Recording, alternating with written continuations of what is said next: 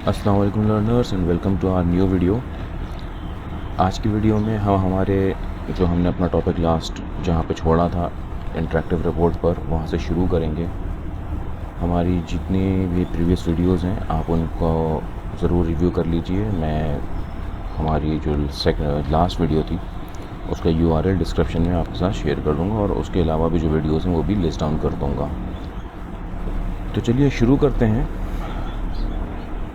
आज हमारा जो टॉपिक है वो है कि हम किस तरह से हमारी एप्लीकेशन के अंदर एक नया फॉर्म ऐड कर सकते हैं। जैसा कि आपको पता है फॉर्म किस लिए यूज़ होता है। फॉर्म यूज़ होता है डाटा इनपुट करने के लिए, ठीक है। तो जिस तरह से हमने हमारे प्रीवियस वीडियोस में देखा था पेज ऐड करने का तरीक़ा, बिल्कुल उसी तरह से क्रिएट पेज पर जाएंगे। क्रिएट पेज पे आके आपको जो टाइप का पेज सेलेक्ट करना है वो यहाँ से सेलेक्ट करेंगे। मेरा ये फॉर्म है, ठीक है। ये फॉर्म पे मैंने क्लिक किया। जैसे ही मैं क्लिक करूँगा नेक्स्ट पेज मेरे पास आ जाएगा। पेज नंबर क्या होगा, उसने एक डिफ़ॉल्ट सीक्वेंस से पेज नंबर दे दिया है, मुझे यही रखना है तो ठीक है। चेंज करना है तो मैं कर सकता हूँ। इस पेज का नाम क्या होगा, अब ये एक मेरा फॉर्म है तो मैं इसको फ़िलहाल नाम दे देता हूँ माय फॉर्म 1, ठीक है। अच्छा, फॉर्म डेफिनेटली जब डाटा इनपुट करने के लिए यूज़ होता है तो इसका मतलब है कि वो डाटा किसी टेबल में ही जाके सेव होगा, ठीक है। SQL क्वेरीज़ के थ्रू किस तरह से इनपुट होगा हम बाद में देखेंगे। अभी हम सिर्फ सिंपल टेबल इंसर्शन की बात कर रहे थे कि एक टेबल में डाटा रिकॉर्ड करवाना है। तो मैं यहाँ पर टेबल सेलेक्ट कर लूँगा कि मेरे स्कीमा का कौन सा टेबल होगा, ठीक है। स्कीमा मेरा यहाँ पे मैं आपको दिखा दूँ, स्कीमा मेरा ऑलरेडी सेलेक्टेड है। अगर मेरे पास अभी सिर्फ एक ही स्कीमा आ रहा है, यानी एक ही टेबल ओनर आ रहा है, अब मल्टीपल होते तो मल्टीपल आ रहे होते। उसके अलावा जब मैंने क्लिक किया तो इस स्कीमा के अंदर मेरे पास ये डिफरेंट टेबल्स हैं। मुझे फॉर एग्ज़ाम्पल EMP के टेबल के लिए डेटा रिकॉर्ड करना है तो मैंने EMP का टेबल सेलेक्ट कर लिया। नेक्स्ट पर क्लिक करेंगे। जैसे ही नेक्स्ट क्लिक किया तो अब मेरे पास नेक्स्ट पेज में आ गया फॉर्म क्रिएट करने के लिए। सबसे पहले तो जब भी आप इनपुट करते हैं किसी टेबल में रिकॉर्ड इंसर्ट करने के लिए तो उसमें एक यूनिक की होती है जिसको प्राइमरी की कहा जाता है। यूनिक मतलब प्राइमरी की, यूनिक एक अलग कंस्ट्रेंट है, प्राइमरी की एक अलग कंस्ट्रेंट है। यहाँ मेरा यूनिकनेस से मतलब है कि रिकॉर्ड आइडेंटिफाई कैसे होगा। तो हमेशा एक प्राइमरी की हम जनरेट करते हैं एक नए रिकॉर्ड के लिए और वो पूरे उस रिकॉर्ड की आइडेंटिफिकेशन होती है। तो हमने कहा जी ठीक है, हमारे पास एम्प्लॉय नंबर, एम्प्लॉयज़ के केस में एम्प्लॉय का जो कोड होता है, एम्प्लॉय का जो नंबर होगा वो यूनिक होगा। हर एम्प्लॉय को एक नया ID या नंबर असाइन होगा।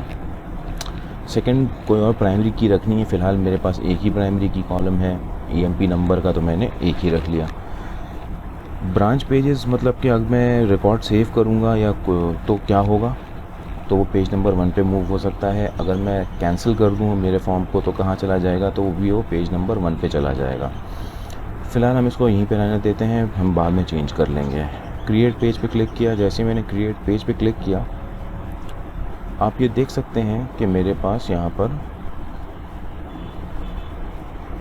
ये फॉर्म क्रिएट होके मेरे सामने आ गया। पेज नंबर 7 असाइन हुआ था, फॉर्म का नाम माय फॉर्म 1 के नाम से आ गया, ठीक है। अच्छा, अभी अगर मैं देखना चाहूँ कि ये फॉर्म बना है तो ये बना किस तरह से है, इसकी शक्ल सूरत किस तरह की है, तो मैं यहाँ पर प्ले के बटन पे क्लिक करूँगा तो ये एप्लीकेशन रन होगी और आप ये देख सकते हैं कि ये फॉर्म 1 जो मैंने नाम दिया था उसी नाम से एक फॉर्म 1 के नाम से एक फॉर्म मेरे पास आ गया जिसकी ये फील्ड्स हैं, ठीक है। अब मैं इन फील्ड्स के अंदर रिकॉर्ड डालूँगा। ये हायर डेट का जो है वो जो मैंने टेबल दिया था और टेबल में हायर डेट जो है उसकी जो डेटा टाइप है वो डेट है, तो इसने ऑटो सेलेक्ट कर लिया कि भाई ये डेट है। मैं यहाँ से डेट सेलेक्ट कर सकता हूँ। सैलरी ये कॉलम है होगा, कमीशन है ये, ठीक है। डिपार्टमेंट नंबर आ रहा है। तो इस तरह से ये डिफरेंट कॉलम्स उस टेबल के हैं जो कि हम देख सकते हैं। अगर आप चाहें व्यू करने के लिए तो आप SQL वर्कशॉप पे आके ऑब्जेक्ट ब्राउज़र को एक न्यू टैब पे खोल लें तो आप ये देख सकते हैं कि यहाँ पर टेबल्स में आपके पास EMP का टेबल है और EMP टेबल के अंदर ये सारा डेटा मौजूद है और यही सारे वो कॉलम्स हैं EMP नंबर, नेम, जॉब, जो कि मेरे पास यहाँ पर आ रहे हैं। अच्छा, आप एक चीज़ नोट कीजिएगा कि यहाँ पर ईएमपी नंबर नहीं है। ईएमपी नंबर क्यों नहीं है, उसकी वजह ये थी, मैंने ये डिफ़ाइन करवाया था कि मेरा जो ईएमपी नंबर होगा, ठीक है, वो प्राइमरी होगा। तो ये अज्यूम ये कर रहा है कि इसको मुझे एज एन इनपुट यहाँ पर नहीं देना। इसकी वजह, हम चाहें तो इसको एज ए इनपुट फील्ड ले सकते हैं, लेकिन उसमें ह्यूमन एरर बढ़ के चांसेस ज़्यादा होते हैं कि यूज़र जो है, जो भी इनपुटर है, जो डाटा रिकॉर्ड इंसर्ट कर रहा होगा, उसको आईडी याद नहीं रही कि लास्ट आईडी क्या थी जो मैंने असाइन करी थी किसी एम्प्लॉय को, ठीक है, और उसने वही सेम आईडी दोबारा दे दी या कोई ऑलरेडी यूज़ हुई हुई आईडी दे दी, तो रिकॉर्ड इंसर्ट होगा नहीं, क्योंकि प्राइमरी की लगा हुआ है हमारे पास, हमारे पास रिकॉर्ड की यूनिकनेस को मेंटेन रखने के लिए। तो इसलिए हम यहाँ पर ये कोशिश करेंगे कि ये कोशिश की जाती है कि यहाँ पर एम्प्लॉय नंबर जो कि हमने प्राइमरी की दिया है वो एज एन इनपुट फील्ड ना हो, वो ऑटो इंक्रीमेंटल हो या वो किसी तरह से उसमें ऑटो इंक्रीमेंटेड इंसर्शन हो। अब ये हमारे पास फॉर्म क्रिएट हो चुका, ठीक है। अगर मैं सिर्फ आपको डेमोन्स्ट्रेट करने के लिए यहाँ पर एक रिकॉर्ड इंसर्ट करूँ तो देखते हैं क्या होता है। फॉर एग्जांपल ई नेम में डाल दिया मैंने, जैसे job manager job apex developer की डाल दी। अच्छा, मैनेजर कौन होगा, तो मैनेजर, ये मैंने इसलिए कम आ रहा है कि शायद इसकी कैरेक्टर लेंथ ही कम है, बहरहाल देख लेंगे। अच्छा, मैनेजर क्या है, हायर डेट क्या है, ये सब है। अच्छा, मैनेजर समझ लीजिए अहमद साहब हैं, हायरिंग हो रही है, फॉर एग्जांपल आज की तारीख कोई, आज 23 अक्टूबर है। सैलरी इसकी फॉर एग्जांपल 50,000 है। कोई कमीशन है तो है नहीं, तो ज़ीरो कमीशन हो गया। फॉर एग्जांपल डिपार्टमेंट नंबर मांगा है, फ़र्ज़ कर लिया डिपार्टमेंट नंबर दिया हमने 10, ठीक है। अब हम इसको क्रिएट करेंगे। जैसे ही क्रिएट करा, इसने मुझे एरर दी थी कि manager must be a valid number. ऐसा क्यों हुआ, मैंने तो मैनेजर का नाम दिया है। उसकी वजह क्या है कि अगर आप यहाँ पे आके देखें तो मैनेजर के कोड्स जा रहे हैं, आप देख रहे हैं, मैनेजर के कॉलम में मैनेजर की आईडी जा रही है, मैनेजर का नाम नहीं जा रहा। तो फ़िलहाल हमें काम ये करते हैं कि अगर ऐसा है तो हम एग्जिस्टिंग मैनेजर्स में से ही कोई एक मैनेजर ले लेते हैं। लेट्स से 7902 ले लेते हैं।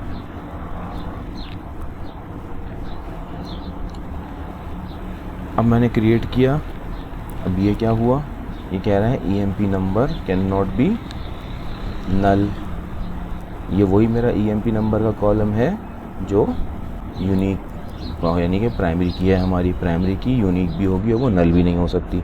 अब यहाँ पर हमारे पास जब हमने फॉर्म क्रिएट किया था तो आप ये देख सकते हैं कि हमारे पास ईएमपी नंबर जो है वो हिडन है, फील्ड इनपुट में है नहीं।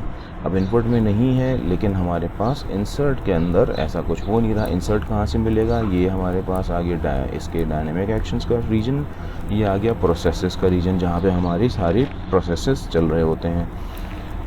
अगर मैं यहाँ देखूँ तो ये प्रोसेस क्या कर रहा है इस वक्त, ये प्रोसेस एक सिंपल सबमिट का प्रोसेस है, ठीक है।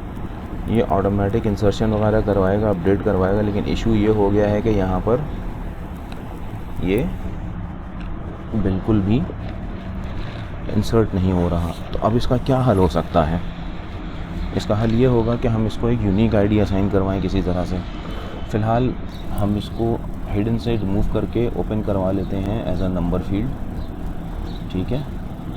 हमारी जो नेक्स्ट वीडियो होगी उसमें हम इसको मैनेज करेंगे कि हम इसको किस तरह से ऑटो इंक्रीमेंट करवा सकते हैं, ठीक है। ईएमपी नंबर दे दिया इसको नाम हमने, हमारी फील्ड का नाम ये हो गया। जैसे ही हमने इसको नाम दिया ये फॉर्म मेरा सेव हो गया, मैंने रन किया। अब मुझे रीलोड करना पड़ेगा फॉर्म को, क्योंकि मैंने फॉर्म में चेंजेस करी हैं। अब एम्प्लॉय नंबर आ गया। फ़िलहाल मैं एम्प्लॉय नंबर दे देता हूँ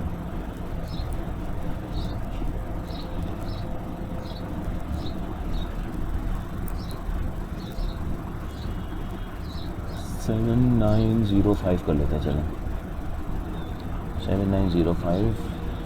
फिर एम्प्लॉय का नाम दे देते हैं यहाँ पे। अच्छा, अब इसकी जॉब क्या है, अगर देखें तो जॉब की फील्ड मेरे पास टेबल में नाम से ही आ रही है, ठीक है ना। तो हम इसको नाम दे देते हैं, डेवलपर है फ़िलहाल ये।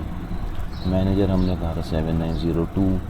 हायर डेट इसकी आज की ले लेते हैं। सैलरी इसकी 50,000 रख ली, कमीशन कोई होगा नहीं। डिपार्टमेंट नंबर हमने कहा था 10 रख लेते हैं फ़िलहाल। क्रिएट करते हैं एंड देयर यू गो। जैसे ही हमने क्रिएट किया, रिकॉर्ड सबमिट हुआ और हम पेज नंबर 1 पे वापस आ गए, जो कि हमने क्रिएशन के वक्त भी देखा था कि ब्रांच होगी कि अगर सबमिट हुआ तो पेज नंबर 1 पे जाओ, कैंसिल हो तो पेज नंबर 1 पे जाओ। ये तो हो गया हमारा रिकॉर्ड इंसर्ट। अगर हम बैकएंड से जाकर देखें, इसको अब मैं रिफ़्रेश कर लूँ अगर,